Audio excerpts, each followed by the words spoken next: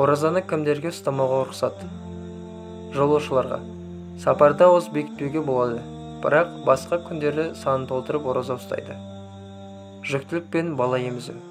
Егер денсаулығы мен баласына зиян келуден қорықса, ораза ұстамай кейін қазасын өтесе болады. Ауру сырқау.